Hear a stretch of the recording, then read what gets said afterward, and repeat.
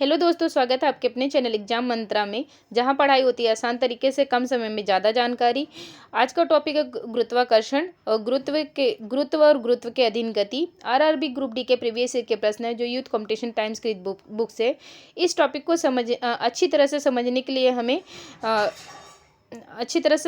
के लिए हमें कुछ बिंदुओं को ध्यान रखना जरूरी होगा।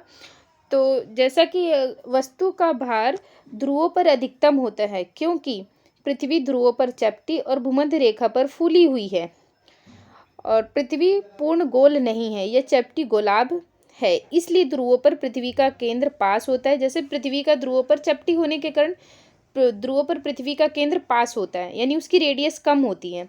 और भूमध्य रेखा पर केंद्र से दूर होता है यानी रेडियस उसकी ज़्यादा होती है। तो वहाँ पे जो भूमध्य रेखा यानी विषुवत रेखा 0 डिग्री, तो वहाँ पे जो गुरुत्वाकर्षण बल होता है वहाँ पे शून्य होता है विषुवत रेखा पर। वही ध्रुवों पर क्या होता है, अधिकतम होता है। अगर कोई व्यक्ति, जैसा कि कोई व्यक्ति है अगर ध्रुवों पर, उसका भार ध्रुवों पर अधिकतम होगा, उत्तरी ध्रुव और दक्षिणी ध्रुव। और वहीं अगर हम विषुवत रेखा पर बात करें तो उसका भार कम होगा विषुवत रेखा पर। ध्रुवों पर दूरी कम, गुरुत्व बल ज़्यादा और भार अधिक, ऐसा होता है। जैसा कि आपको फॉर्मूले के थ्रू अगर मैं बता रही हूँ तो F बराबर 1/r², ये फॉर्मूला ध्यान रहे। तो चलिए शुरू करते हैं। फर्स्ट क्वेश्चन जो है, मुक्त रूप से गिरना केवल डैश में संभव है। तो निर्वात जो होता है जहाँ पे वायु भी उपलब्ध नहीं होती और खाली स्थान, जैसे निर्वात वैक्यूम इंग्लिश में कहते हैं, तो वहाँ पे मुक्त रूप से गिरती है, कोई दबाव नहीं होता।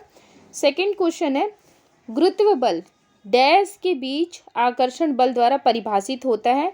तो दो द्रव्यमानों के बीच, ऑप्शन बी होगा, क्योंकि गुरुत्व बल जो होता है, जैसा कि फोर्स आपको पहले भी बता चुके हैं, फोर्स बराबर जी का मान तो निश्चित होता है, फिक्स होता है, तो इस पे फोकस करने की कोई ज़रूरत नहीं है। आपको M1 और M2 पे ध्यान रखना है। ये M1 और M2 जो दो द्रव्यमान की वस्तुएं हैं, ये गुरुत्व बल परिभाषित करती हैं, यानी इनका जो भी वैल्यू होगा ये बल के समान होगा, यानी समानुपातिक होगा, सीधा संबंध होता है इसका। अगर ये बढ़ते हैं तो ये भी फोर्स भी बढ़ता है। नेक्स्ट क्वेश्चन है,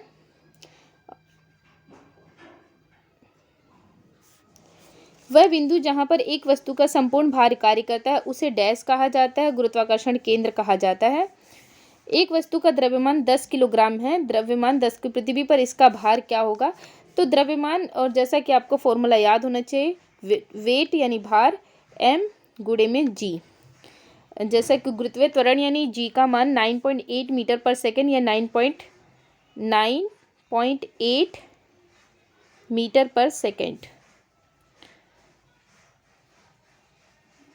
9.8 न्यूटन बोलिए, मीटर पर सेकेंड स्क्वायर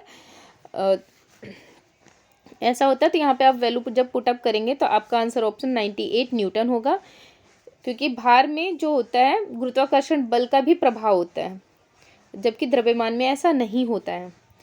नेक्स्ट क्वेश्चन है 5th नंबर, जी की इकाई त्वरण की इकाई के समान है।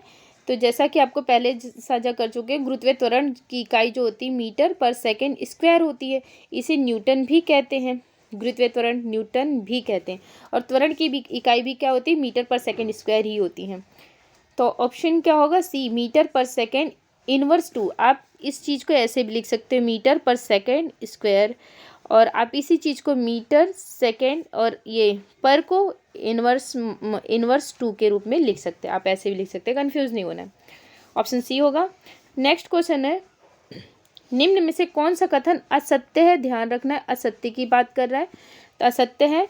तो सभी ऑप्शंस में असत्य। जी का मान गिरती हुई वस्तु के द्रव्यमान पर निर्भर करता है, ऐसा नहीं है। जी का मान जो होता है 9.8 न्यूटन होता है, न्यूटन या 9.8 मीटर पर सेकेंड होता है, स्क्वायर होता है, ये द्रव्यमान पर निर्भर नहीं करता। ऑप्शन बी होगा।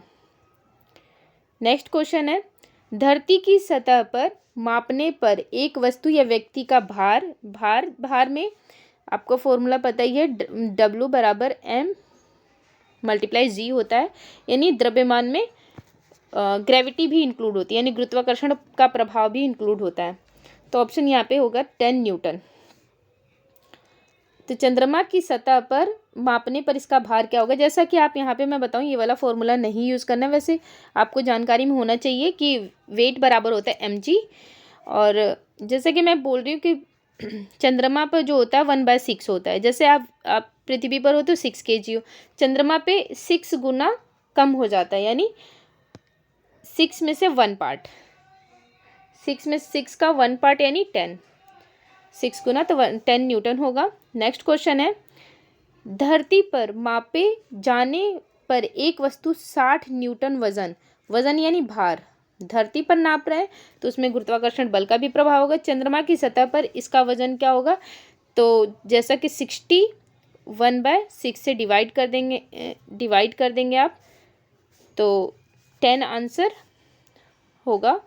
तो यहाँ पे आंसर ए होगा, ऑप्शन ए। उम्मीद करती हूँ आपको समझ में आ रहा होगा आप सभी को। गुरुत्व जी के कारण त्वरण यानी एक्सेलरेशन होता है। और जैसा कि गुरुत्व त्वरण यानी जी और कैपिटल M r², गुरुत्व जी के कारण त्वरण, तो ये आप ध्यान रखें ये फॉर्मूला। तो ऑप्शन डी होगा। नेक्स्ट क्वेश्चन है, गुरुत्वीय त्वरण जी डैश पर निर्भर नहीं करता, तो गिरने वाली वस्तु के द्रव्यमान पर निर्भर नहीं करता। ये इस क्वेश्चन के ये रिपीट क्वेश्चन है, ध्यान रहे। पृथ्वी पर किसी वस्तु का भार यानी गुरुत्वाकर्षण बल का प्रभाव होगा इसमें। द्रव्यमान 20 kg है, भार 200 न्यूटन है, तो गुरुत्वीय त्वरण का मान क्या होगा? तो फॉर्मूला आपको पहले बता चुके, भार बराबर द्रव्यमान गुणन गुरुत्वीय त्वरण, यानी इसको हम शॉर्ट में लिख सकते हैं W बराबर mg।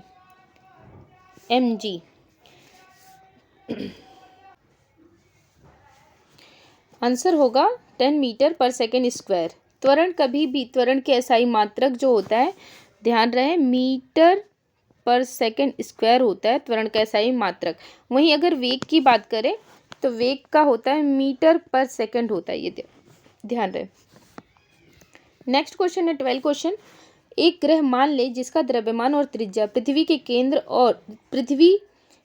के द्रव्यमान और त्रिज्या का 1/3 है। यदि पृथ्वी का गुरुत्वाकर्षण त्वरण का मान g है तो ग्रह पर इसका मान क्या होगा? जैसा कि यहाँ पे 1/3 बता रहा है, तो ऑप्शन 12 का डी है, डी ऑप्शन यानी 3g।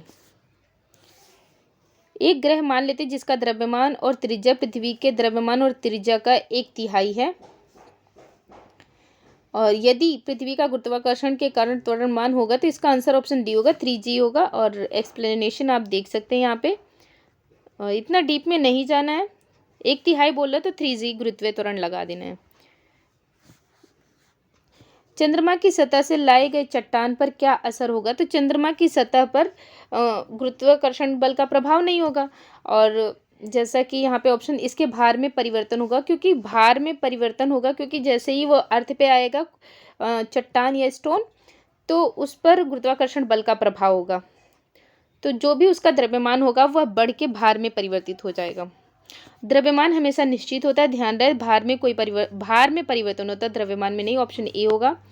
नेक्स्ट क्वेश्चन है, जब दो पिंडों को एक निश्चित ऊंचाई से, दो अलग अलग वस्तुएं हैं, ऑब्जेक्ट है, किसी निश्चित ऊंचाई से इस प्रकार गिराया जाता है कि एक अंडा पक्के फर्श पर और दूसरा तकिए पर गिरता है, तो निम्न में से कौन सा संभावित परिणाम नहीं होगा? देखना आप सभी लोग एग्जाम टाइम में भी नहीं पे ध्यान रहे। तो यहाँ पे ऑप्शन दे रखे हैं, तो जो बी होगा, दोनों अंडे टूट जाएंगे, ये नहीं होगा, क्योंकि जो फर्श पे गिरेगा वही टूटेगा, जो तकिए पे गिरता है वह नहीं टूटेगा।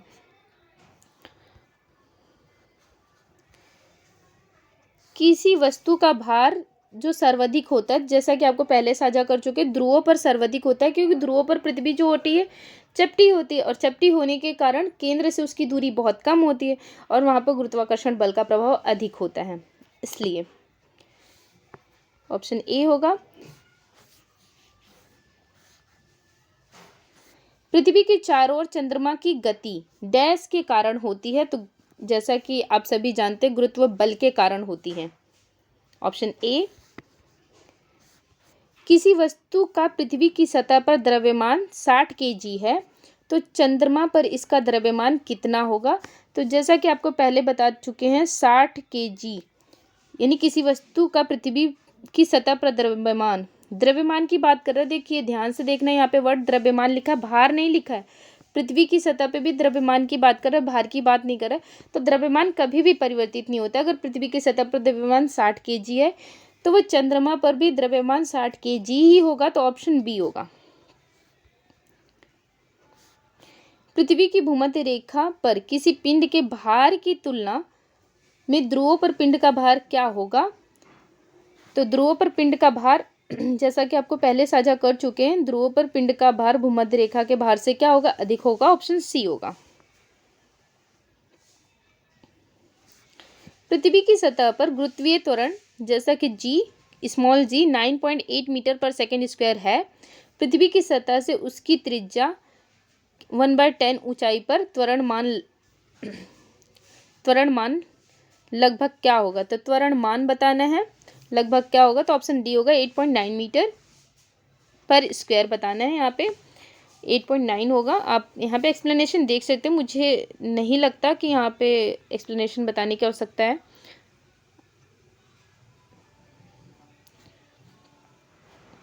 नेक्स्ट क्वेश्चन है, पृथ्वी पर किसी वस्तु का भार की बात करें, चंद्रमा पर इसके भार का कितना गुना होगा? तो जैसा कि आपको पता है, पृथ्वी पर किसी वस्तु का भार चंद्रमा पर इसके भार का कितने गुना होगा? तो 6 गुना होगा। 6 गुना होगा, ध्यान रहे। एक ग्रह की त्रिज्या और द्रव्यमान पृथ्वी की त्रिज्या और द्रव्यमान के आधे हैं। यानी पृथ्वी की त्रिज्या और द्रव्यमान दोनों, त्रिज्या का भी आधा, द्रव्यमान का भी आधा। तो इस ग्रह पर जी का मान 19.6 मीटर पर सेकेंड स्क्वायर होगा। ये क्वेश्चन याद रहे, ध्यान रहे। निम्न में से किस स्थान पर गुरुत्वीय त्वरण शून्य होता है? तो गुरुत्वीय त्वरण शून्य होता है, जैसा कि आपको पहले साझा कर चुके हैं, पृथ्वी के केंद्र पर जो होता है गुरुत्वीय त्वरण शून्य होता है। ऑप्शन बी होगा।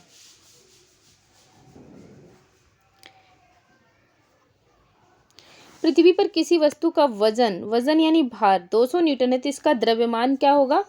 तो जैसा कि आपको फॉर्मूला के बारे में जानकारी है, यहाँ पे फॉर्मूला दे रखा है, W = mg। वैल्यू पुटअप करेंगे तो द्रव्यमान 20 kg आएगा, 20 kg। Option A. चंद्रमा पर किसी वस्तु का भार पृथ्वी पर इसके भार का कितना गुना होगा? तो चंद्रमा पर की बात कर रहा है, तो 1/6 गुना होगा। Option A. एक वस्तु का भार पृथ्वी पर 6000 न्यूटन, ये शब्द ध्यान रखना, भार बात कर रहे हैं न्यूटन। तो चांद पर इसकी सतह पर भार क्या होगा? तो 6000 का, जैसा कि यहाँ पे बता रखा है, 6000 न्यूटन का 1/6 कर देंगे तो 1000 न्यूटन होगा। Option D.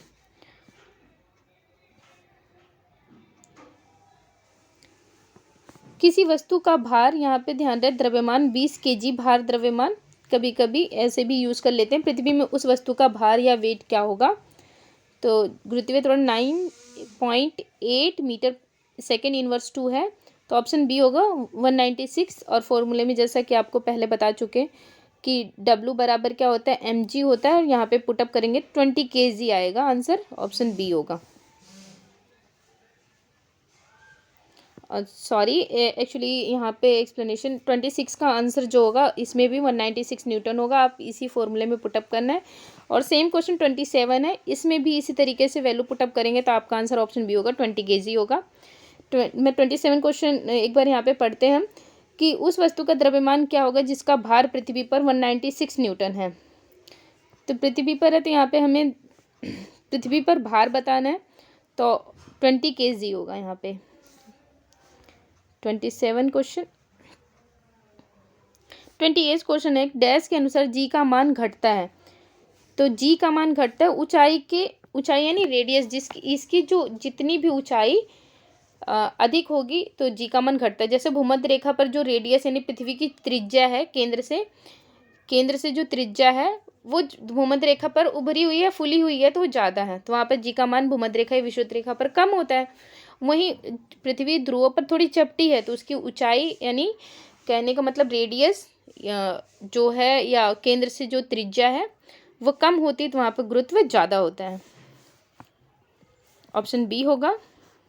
29, पृथ्वी की सतह से h गहराई पर तथा पृथ्वी की सतह से h ऊंचाई गुरुत्वाकर्षण का अनुपात क्या होगा, जहाँ आर ई यानी आर ई रेडियस, ई का मतलब यहाँ पे बताने की कोशिश है कि ई यानी अर्थ की रेडियस, ई से अर्थ की रेडियस, त्रिज्या h, इंक्रीज का सिंबल दिया है, डबल बार और आर अर्थ दिया है, तो इसमें आंसर डी होगा। एच के साथ रैखिक संवेग से बढ़ेगा।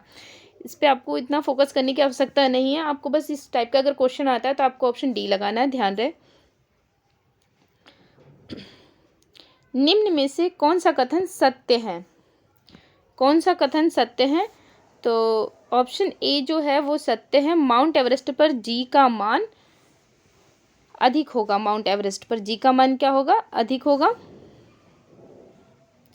एक सेकेंड, ये असत्य है, हमें सत्य बताना है, असत्य बताना है, तो केवल कथन बी और डी जो है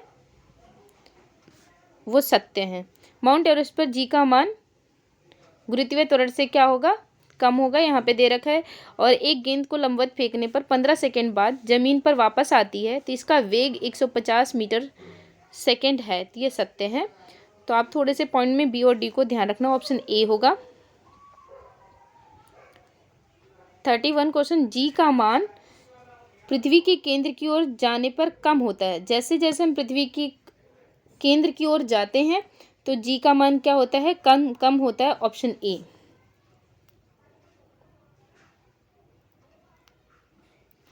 यहाँ पे एक्सप्लेनेशन देख सकते हैं, जी का मान पृथ्वी के केंद्र की ओर जाने पर कम होता है, केंद्र की ओर जाने पर कम होता है। जी का मान ध्रुवों पर महत्तम होता है यानी अधिकतम होता है, विषुवत रेखा पर यानी इक्वेटर पर न्यूनतम होता है, जबकि पृथ्वी की घूर्णन गति बढ़ने पर जी का मान कम हो जाता है। घूर्णन यानी रोटेशन जो होता है, अपनी दूरी पर पृथ्वी घूमती है तो उसे ही घूर्णन कहते हैं, तो घूर्णन करने पर जी का मान कम हो जाता है, ये ध्यान रहे, इसमें एक्स्ट्रा है इन्फॉर्मेशन है।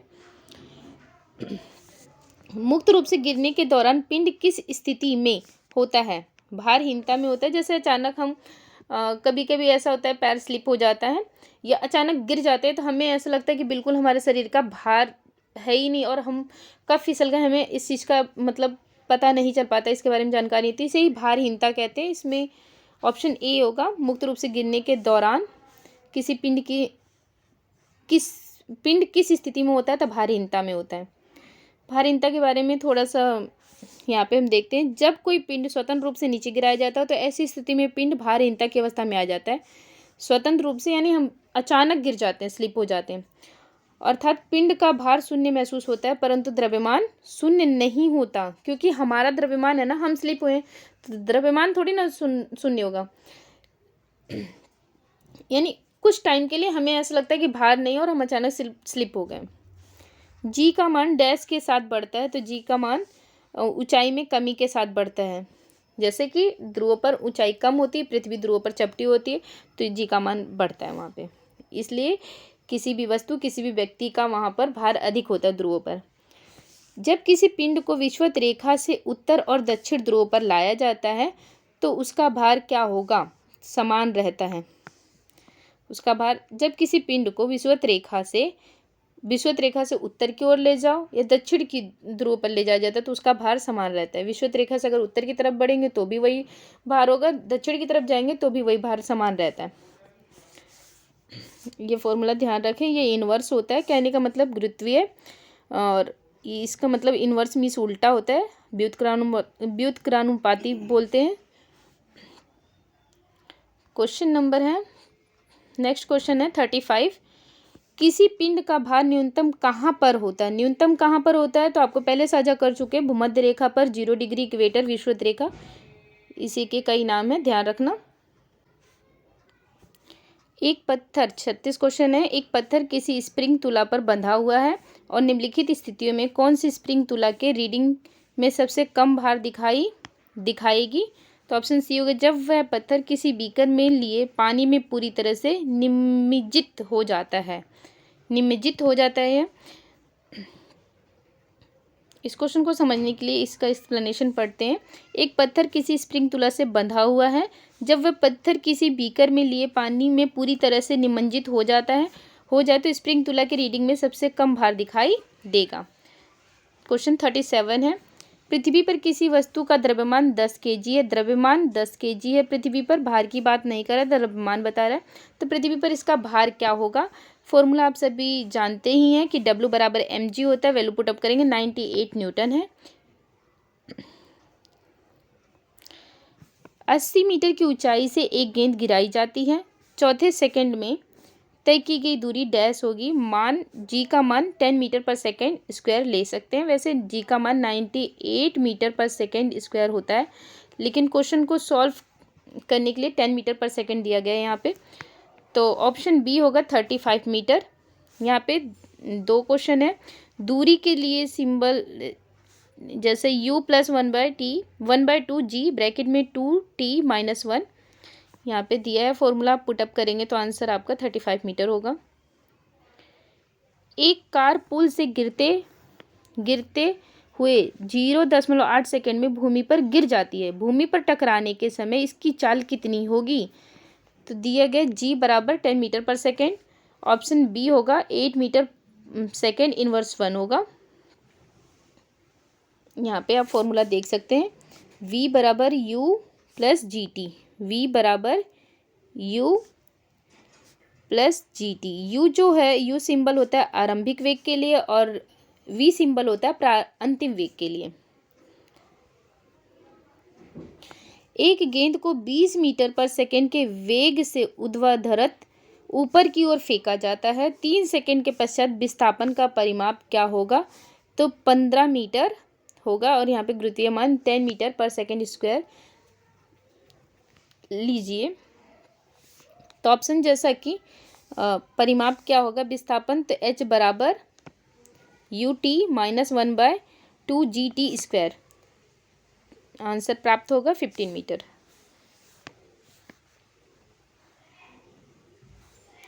एक कार पर्वतीय मार्ग से फिसलकर नीचे गिर जाती है। पर्वतीय मार्ग से कार फिसलकर नीचे गिर जाती है। जमीन तक पहुंचने में उसे टाइम लगता है 0.7 सेकंड लगते हैं। मान लीजिए ग्रेविटी 10 मीटर सेकंड इनवर्स 2 है। तो भूमि पर टकराने के दौरान इसकी गति हमें बताना है, यानी गति यानी स्पीड क्या होगी? तो ऑप्शन 7 मीटर सेकंड इनवर्स 1। आप यहाँ पे इस फॉर्मूले में वैल्यू पुटअप कर सकते हैं। v बराबर u प्लस जी टी। आरंभिक वेग यहाँ पे शून्य लेंगे और अंतिम वेग हम यहाँ पे प्राप्त कर लेंगे कि उसकी गति अंतिम वेग क्या रही है। गति यानी वेग, वेलोसिटी। तो यहाँ पे 10 मीटर सेकंड इनवर्स 1 होगा। भूमि पर टकराने के दौरान कार की गति 7 मीटर सेकंड इनवर्स होगी। यहाँ पे ध्यान रहे मीटर सेकंड क्यों दिया है, क्योंकि वो गति की बात कर रहा है, गति यानी वेग की बात कर रहा है, तो ध्यान रहे। नेक्स्ट क्वेश्चन है। एक ट्रक किनारे से फिसलकर 0.8 सेकंड में जमीन पर गिर जाता है। किनारा जमीन से कितना ऊंचा होगा? फॉर्मूला यहाँ पर है h बराबर ut प्लस 1/2 GT स्क्वायर और आंसर होगा यहाँ पे d 3.2 metre. Option D. 20 metre ऊंचे टावर के शीर्ष पर खड़ा एक लड़का पत्थर फेंकता है।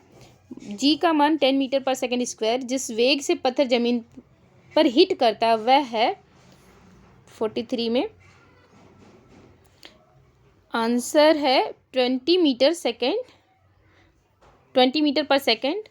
जैसे कि आपको formula v square plus u square plus 2gh फॉर्मूले में वैल्यू पुटअप करेंगे तो आंसर आपको होगा 20 मीटर पर सेकंड।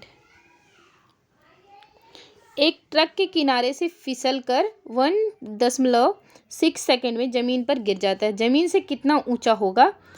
ऊंचाई बतानी है, यहाँ पे हाइट बतानी है। तो हाइट के लिए फॉर्मूला h बराबर ut प्लस 1/2 GT स्क्वायर है और यहाँ पे वैल्यू पुटअप करेंगे तो आपके पास h जो होगा ऑप्शन डी होगा 12.8 मीटर। हाइट को हम मीटर में मापते हैं। एक वस्तु को ऊपर की ओर 14 मीटर सेकेंड इनवर्स 1 की चाल से फेंका गया। वह 10 मीटर की ऊंची उड़ी। उच्चतम बिंदु तक पहुंचने के लिए वस्तु द्वारा लगाए गए समय की गणना करें। तो ऑप्शन डी होगा 1.43 सेकेंड। जैसा कि आपको फॉर्मूला के बारे में जानकारी है, v बराबर u minus G T. Formula में वैल्यू पुटअप करेंगे तो आपका होगा 1.43 सेकेंड 43 सेकेंड। यदि किसी पिंड को लंबवत यानी ऊर्ध्वाधर दिशा में प्रक्षेपित किया जाए तो गति के उच्चतम बिंदु का पिंड का वेग क्या होगा? तो ऑप्शन ए होगा 0 होगा। यदि किसी पिंड को लंबवत ऊर्ध्वाधर दिशा में प्रक्षेपित किया जाए तो गति के उच्चतम बिंदु पर पिंड का वेग क्या होगा? 0 होगा। क्वेश्चन 47, स्वतंत्र रूप से किसी पिंड के गिरने 2 सेकंड पर में तय की जाने वाली दूरी डैश होगी। ऑप्शन सी होगा यहाँ पे आंसर 90.6 मीटर। दूरी जो होगी मीटर में, दूरी को मापते हैं मीटर में।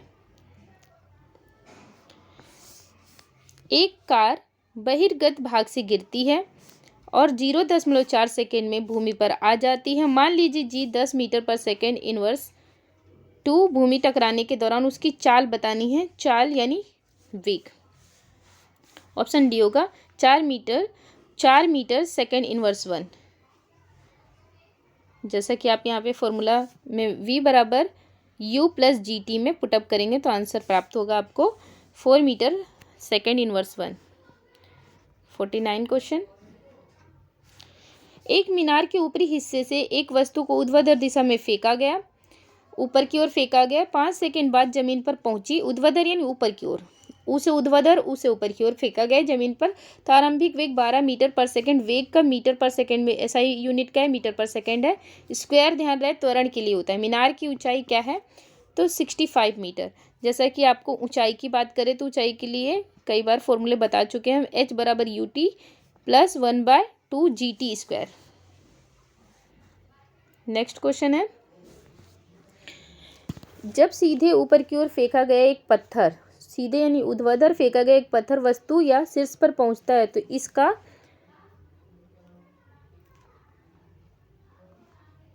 आंसर बी होगा। सबसे उपयुक्त ऑप्शन बी है। वेग 0 होता है, वेग 0 होता है और त्वरण लगभग 10 मीटर पर सेकेंड स्क्वायर होता है। वेग 0 होता है, ध्यान रहे। Option B.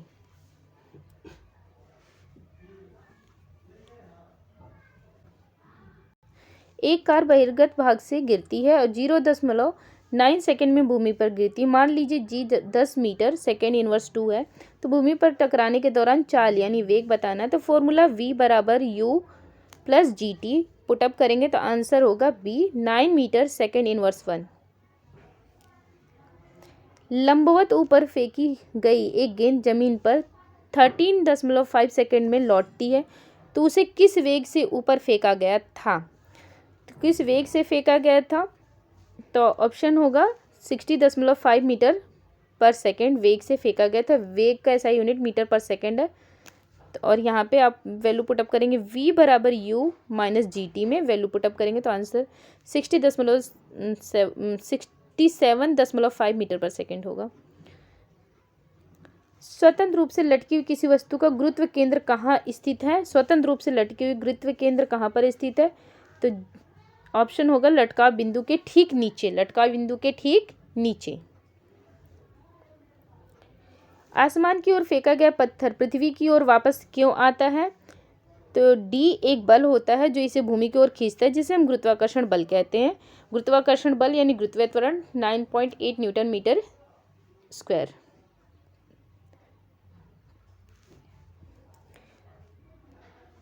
कब कहा जाएगा कि कोई पिंड मुक्त रूप से गिर रहा है? जब इस पर कोई गुरुत्व बल कार्य करे।